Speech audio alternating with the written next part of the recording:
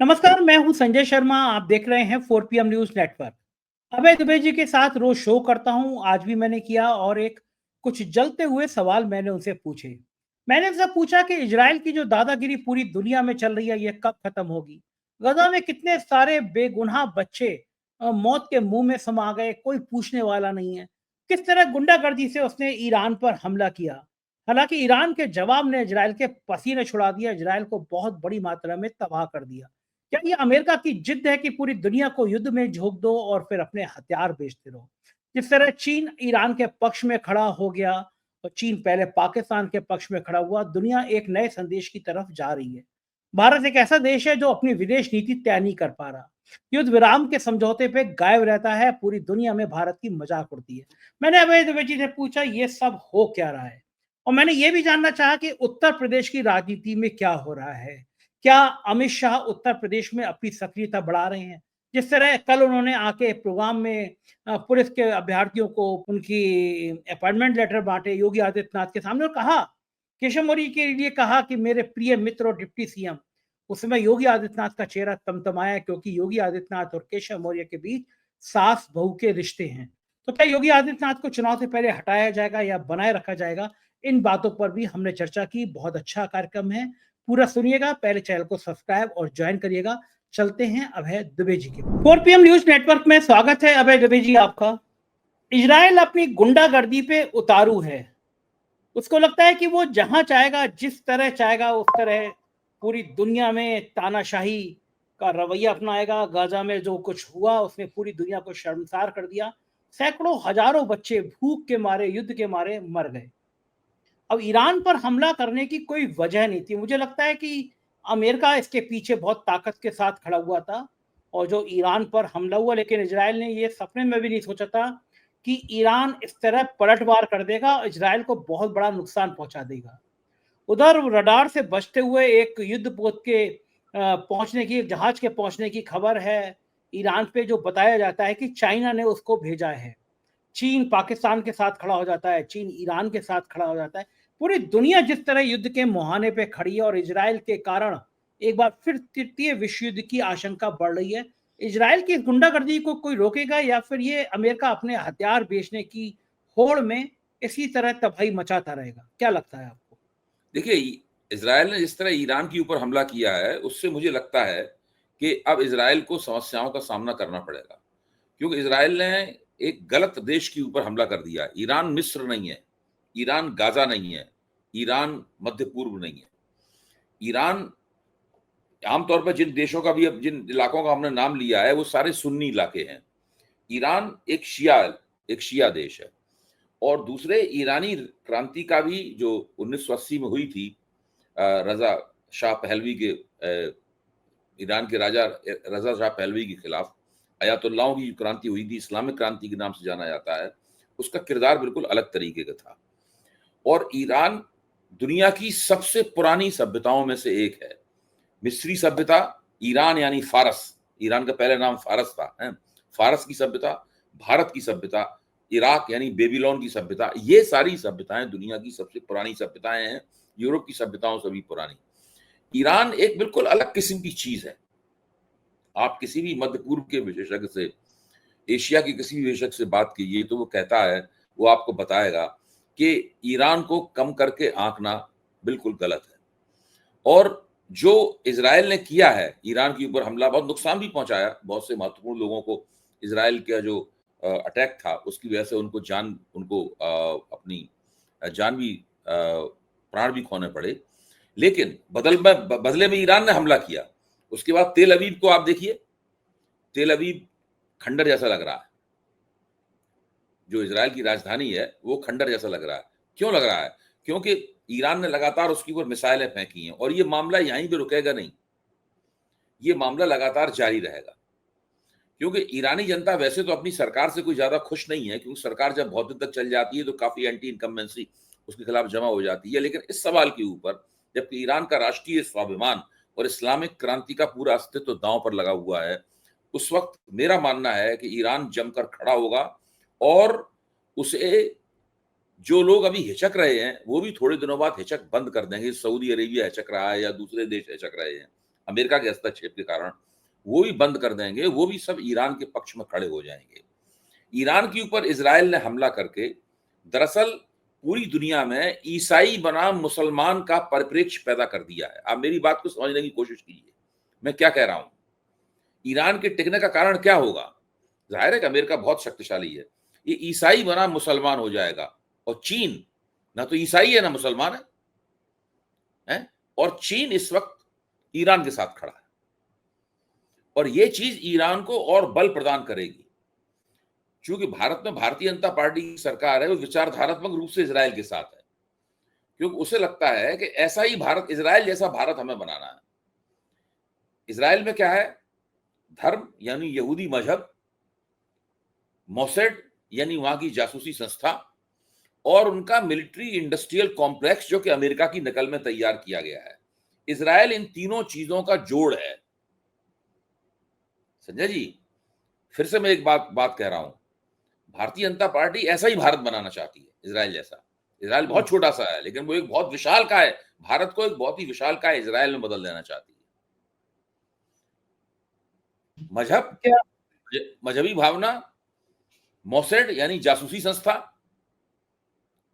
और military industrial complex जो कि अमेरिका की नकल में बनाया गया है, इनको मिला के इजराइल बना है। बिल्कुल ऐसा ही भारत बनाना चाहती है। वो चाहती है इस तरह सारे यहूदी उस मुट्ठी भर जरा से देश में एकजुट होकर अपनी सरकार के खिलाफ, सरकार के पीछे खड़े रहते हैं लाइन लगाकर, उसी तरह का इस देश के तमाम हिंदू लाइन लगाकर भारतीय जनता पार्टी के पीछे खड़े हो। और भारतीय जनता पार्टी सनातन सनातन की बात करते हुए, हिंदू हिंदू की बात करते हुए उन सबको गोलबंद करे।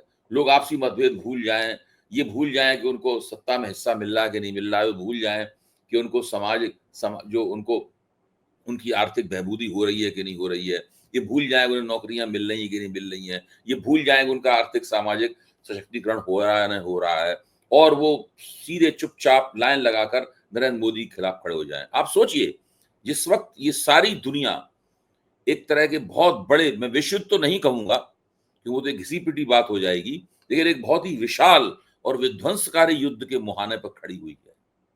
और भारत अभी अभी एक बड़े युद्ध के अंदेशे से उभरा है। वो कोई झड़प भारत और पाकिस्तान झड़प हुई थी, वो भी एक बड़े युद्ध में बदल सकती थी। मोदी जी वहां साइप्रस में मोदी मोदी के नारे लगवा रहे अपने लिए। अभी वो जब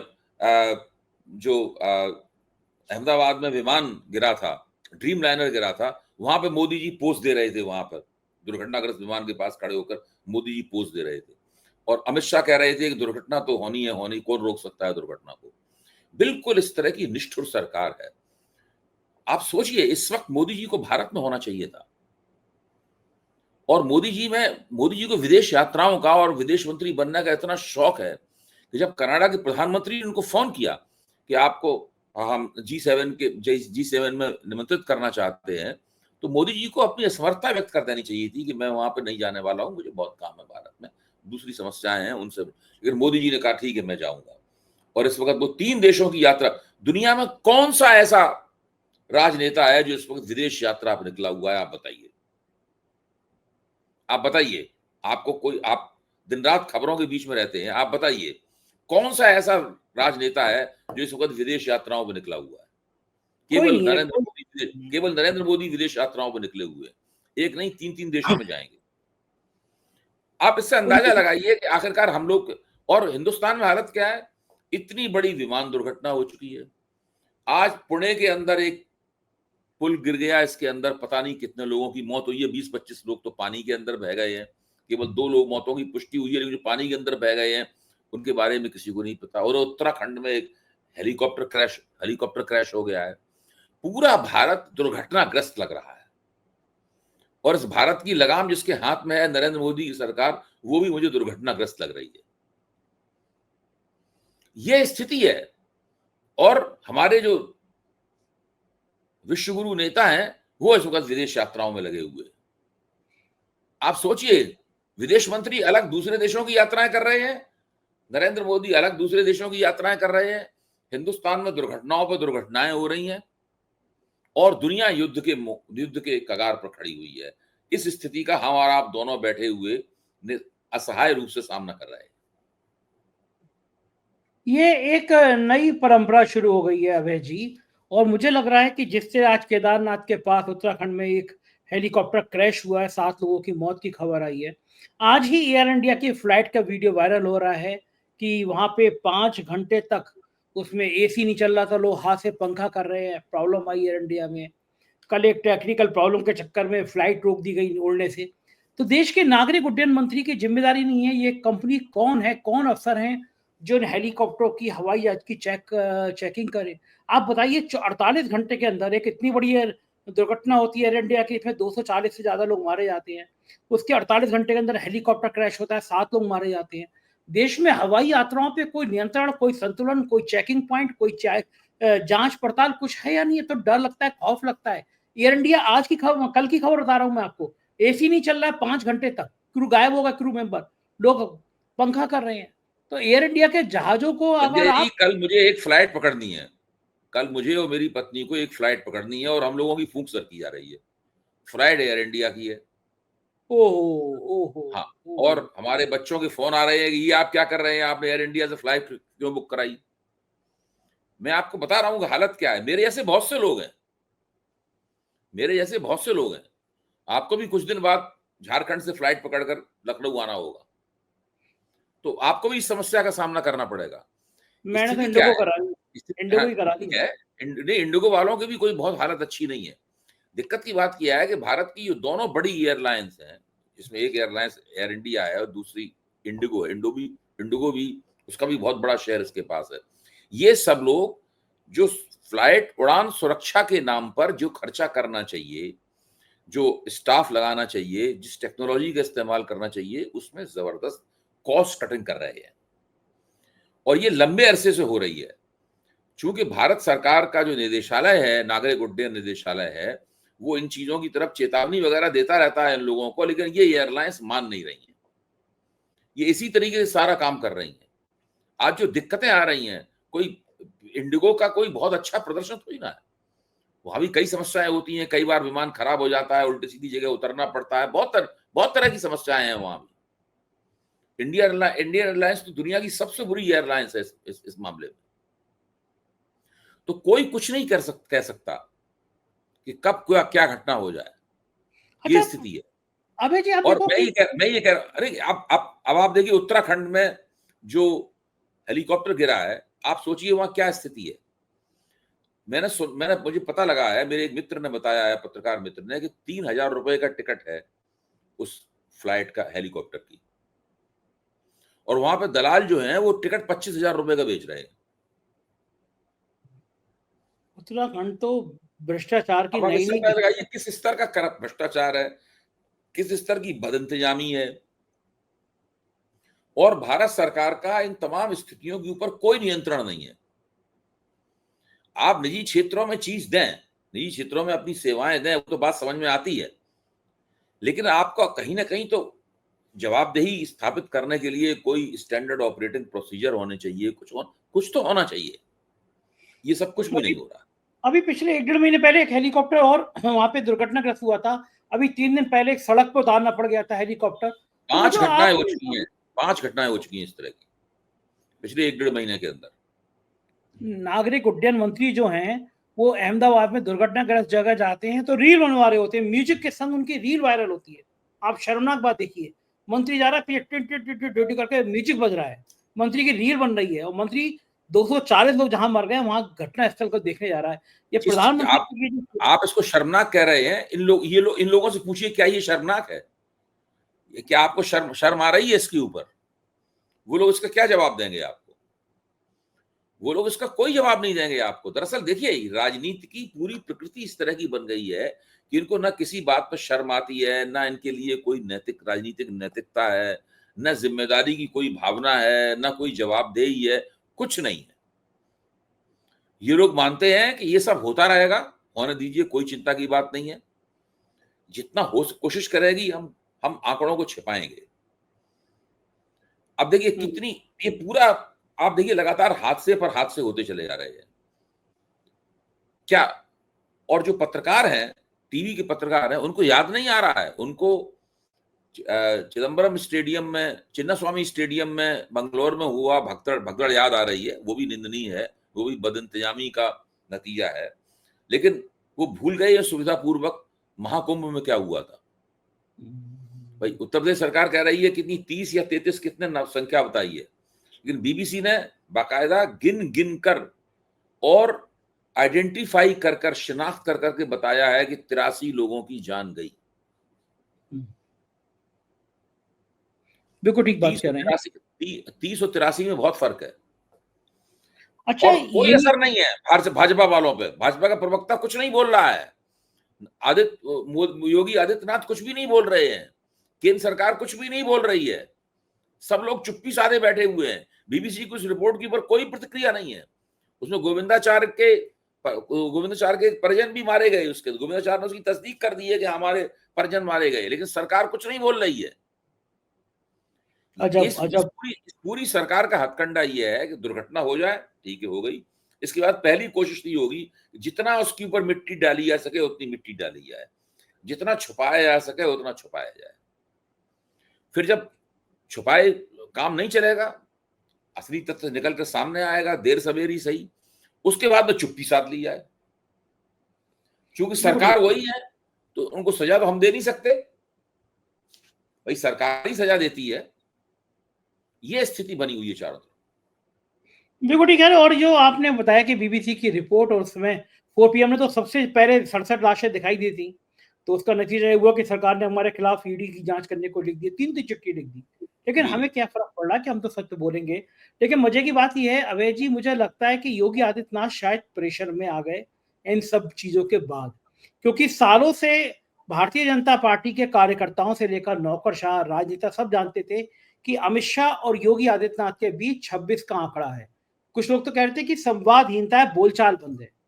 लेकिन अब क्या लोग कह रहे हैं कि यूपी की कमान अब अमित शाह ने संभाल ली है, क्योंकि अमित शाह आए और पुलिस अभ्यर्थियों की भर्ती के उन्होंने प्रमाण पत्र बांटे। लेकिन एक बात की सबसे ज्यादा चर्चा है, उन्होंने केशव मौर्य का जब संबोधन किया, उन्होंने कहा मेरे मित्र और डिप्टी सीएम केशव मौर्य। योगी आदित्यनाथ के सामने मेरे मित्र और डिप्टी सीएम केशव मौर्य। योगी आदित्यनाथ और केशव मौर्य के रिश्ते सास बहू जैसे हैं, वो भी सास बहू बिगड़ैल टाइप की, वरना सास बहू नाराज हो जाएंगी हमसे। जो बिगड़ैल टाइप की सास बहू होती हैं, इनके रिश्ते बड़े खराब होते हैं। योगी आदित्यनाथ और केशव मौर्य के रिश्ते वैसे हैं। जब अमित शाह ने कहा होगा मेरे दोस्त डिप्टी सीएम, तो योगी आदित्यनाथ का चेहरा थोड़ा तमतमाया तो होगा। अब योगी आदित्यनाथ के कार्यक्रम में अमित शाह का आना, क्या आपको लगता है कुछ नया पॉलिटिकल ये सीन क्रिएट हो रहा है? योगी आदित्यनाथ के ऊपर दिल्ली हावी हो रही है, खेल क्या चल रहा है? आपको क्या लगता है उत्तर प्रदेश की राजनीति? मुझे नहीं लगता है कि योगी आदित्यनाथ के किरदार को जितना मैं समझ पाया हूं, मुझे नहीं लगता है कि वो आला कमान के किसी तरह के दबाव में आने वाले हैं। ठीक है, अमित शाह देश के गृह मंत्री हैं, जिस तरह का कार्यक्रम था उसमें गृह मंत्री की मौजूदगी जरूरी थी, इसलिए अमित शाह जब योगी आदित्यनाथ वहां गए थे दिल्ली, तो अमित शाह से उन्होंने मुलाकात की थी। मुझे लगता है कि योगी आदित्यनाथ और भारतीय जनता पार्टी के आला कमान के बीच में जो एक रनिंग बैटल चल रही है, जो एक संघर्ष चल रहा है, वो संघर्ष इसी तरीके से जारी रहेगा। अब सवाल यह है कि जैसे जैसे 2027 नजदीक आएगी, यानी उत्तर प्रदेश का चुनाव नजदीक आएगा, तब फिर ये जो संघर्ष है, ये जद्दोजहद है, ये क्या रूप लेगी, ये सबसे बड़ा सवाल है। उस वक्त क्या होगा, क्योंकि योगी आदित्यनाथ तो अपना एक सांप्रदायिक हथौड़ा चला रहे हैं और उन्हें न दलित समाज की कोई फिक्र है, न ओबीसी समाज की कोई फिक्र है। योगी आदित्यनाथ का मानना है कि अगर अमित शाह और नरेंद्र मोदी को उत्तर प्रदेश का चुनाव जीतना है तो उन्हें झक मार कर आना चाहिए और दलित और ओबीसी समुदाय के वोट हमें दिलवाने चाहिए। चुनाव मेरे नेतृत्व में लड़ा जाएगा, योगी आदित्यनाथ मान के चल रहे हैं कि चुनाव उनके नेतृत्व में लड़ा जाएगा, और अगर भारतीय जनता पार्टी को चुनाव जीतना है तो वो दलित और ओबीसी समाज के वोट दिलवाने का बंदोबस्त करें। उन्हें इससे कोई मतलब नहीं है। उन्होंने कहा हमारा कोई काम नहीं है इनके वोट दिलवाना। अगर आपको 2029 में केंद्र का चुनाव जीतना है तो आपको उसके लिए उत्तर प्रदेश का चुनाव जीतना जरूरी है। योगी आदित्यनाथ ने मान लिया है कि मुझे हटाया नहीं जा सकता है, हालांकि ये उनका मुगालता है। जिस दिन राष्ट्रीय स्वयंसेवक संघ और नरेंद्र मोदी दोनों मिलकर एक बैठक में तय कर लेंगे मोहन भागवत नरेंद्र मोदी आदित्यनाथ को हटाना है, उसके अंदर 15 मिनट के अंदर उन्हें हटा दिया जाएगा। 15 मिनट लगेंगे केवल, उनको हटा दिया जाएगा। तो वो तो ये उनका मुगालता है, लेकिन अभी वो तय नहीं कर पा रहे हैं, उसका वो पूरा आनंद उठा रहे हैं योगी आदित्यनाथ, वो एक अलग बात है जी। अच्छा जी, ये जो संघ लंबे समय से सामाजिक समरसता का कार्यक्रम चलाता रहा है, संघ की कोशिश रही है कि जातियों में लोग ना बटें, क्योंकि अगर जाति में बटेंगे तो संघ का भी खेल खत्म हो जाएगा और बीजेपी का भी खेल खत्म हो जाएगा। लेकिन जिस तरह से करणी सेना ने तांडव मचाया आगरा में एक दलित सांसद रामजी लाल सुमन के एक बयान के बाद, जिस तरह हथियार लहराए और जिस तरह करणी सेना के लोगों को हथियार लहराने की अनुमति दी गई, उससे उत्तर प्रदेश में पिछड़ों और दलितों में गुस्सा तो बना है। जाति जनगणना की बात सामने आ रही है, लेकिन फिर ये सवाल उठता है ना कि राजस्थान में ऊंची जाति का मुख्यमंत्री, उत्तर प्रदेश में ऊंची जाति का मुख्यमंत्री, उत्तराखंड में ऊंची जाति का मुख्यमंत्री। ये लगातार, और उत्तर प्रदेश देश का सबसे बड़ा राज्य है, यहाँ पे पिछड़ों की आबादी सबसे ज्यादा है। तो फिर पिछड़ों को ये मानना है कि हमारे ऊपर जिस आबादी के 84 वोट हैं, 6-7-8% वोट है ब्राह्मणों के और ठाकुरों के, उनका प्रतिनिधित्व हमारे ऊपर लगातार। देखिए, आप कल्याण मध्य सिंह, प्रदेश के मुख्यमंत्री मोहन यादव को पिछड़ी जाति का मुख्यमंत्री मत मानिए। आपको मेरी बात अजीब लग सकती है, मेरा मानना है कि जो यादव भारतीय जनता पार्टी में होता है उसको ऊंची जात का ही माना जाता है। भाजपा का यादव जो है वो ओबीसी नहीं है, वो टेक्निकली ओबीसी है, बाकी यादव लोग उसको ओबीसी नहीं मानते। तो मोहन यादव जो मध्य प्रदेश के मुख्यमंत्री हैं, वो ओबीसी नहीं है, आप वो गलतफहमी निकाल दीजिए दिमाग से। उससे कोई भारतीय जनता पार्टी के पक्ष में यादव जाति के मतदाता नहीं आने वाले हैं।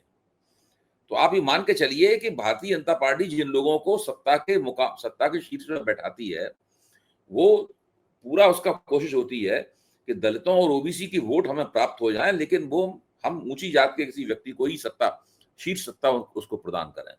सभी जगह ऐसा कि आपने बताया, राजस्थान है, उत्तराखंड है और उत्तर प्रदेश है और दूसरी जगहों पर वो ऊंची जात के लोगों को ही पद मिलता है। नरेंद्र मोदी खुद को बताते हैं कि वो ओबीसी है, लेकिन वो भी ऊंची जात के ही है। मैं उनको मानता हूं कि वो केवल टेक्निकल ओबीसी है। ये सब लोग ऊंची जात के हैं और यही चीज अखिलेश और तेजस्वी के पक्ष में जाती है। वो लोग जिस तरीके से अपना सामाजिक समीकरण बना रहे हैं, खासतौर से अखिलेश जी इस तरह का अपना सामाजिक समीकरण बना रहे हैं, मुझे लगता है कि योगी आदित्यनाथ जैसे मुख्यमंत्री और नरेंद्र मोदी जैसे प्रधानमंत्री उनके लिए रास्ता साफ कर रहे हैं एक और बहुत बड़ी जीत दर्ज करने के लिए। अगर 2027 में अखिलेश उत्तर प्रदेश का चुनाव जीत सकते हैं तो भारतीय जनता पार्टी और नरेंद्र मोदी और राष्ट्रीय स्वयंसेवक संघ की उल्टी गिनती शुरू हो जाएगी। ये क्यों कह रहे हैं आप कि अगर अखिलेश जीत जाए तो बीजेपी की उल्टी गिनती शुरू होगी?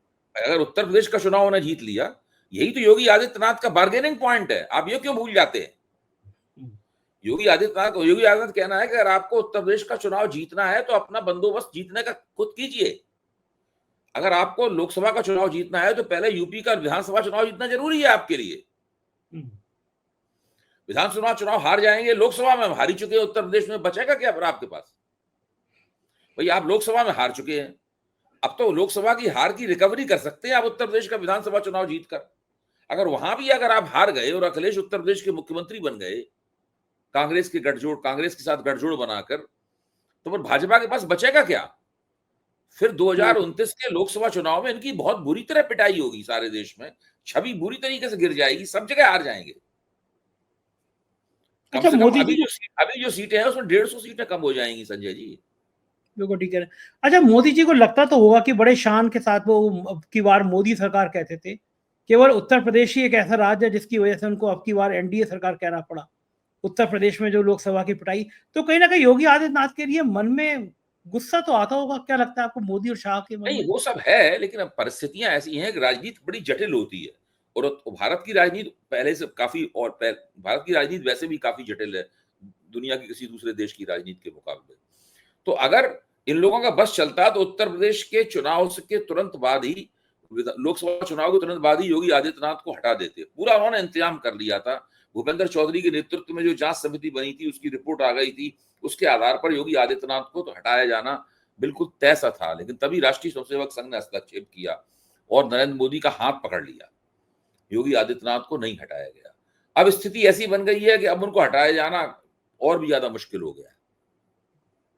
अच्छा, एक आखिरी सवाल, भारतीय जनता पार्टी के पक्ष में क्या जाता है?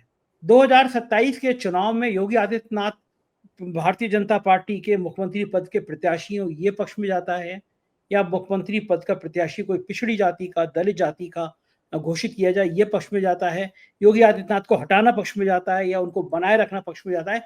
भाजपा के लिए क्या अनुकूल है? देखिए, भाजपा के लिए सबसे ज्यादा अनुकूल वो है जिसमें कम से कम नुकसान हो। वो क्या है? वो फायदा ज्यादा, फायदे की तरफ ज्यादा निगाह नहीं है, नुकसान को न्यूनतम करने की कोशिश है। और नुकसान को न्यूनतम करने का अभी एकमात्र फार्मूला उनके सामने, फार्मूला बदल भी सकता है कि योगी आदित्यनाथ को मुख्यमंत्री बनाए रखो। क्यों? उनको मुख्यमंत्री पद से हटाने में नुकसान का प्रतिशत ज्यादा बढ़ सकता है। मतलब उग्र हिंदू वाले वोट अलग हो जाएंगे। हाँ, मतलब बहुत नुकसान होगा। एक तो राजपूत वोट टूट के अखिलेश की तरफ चला जाएगा, उससे बहुत बड़ा नुकसान होगा।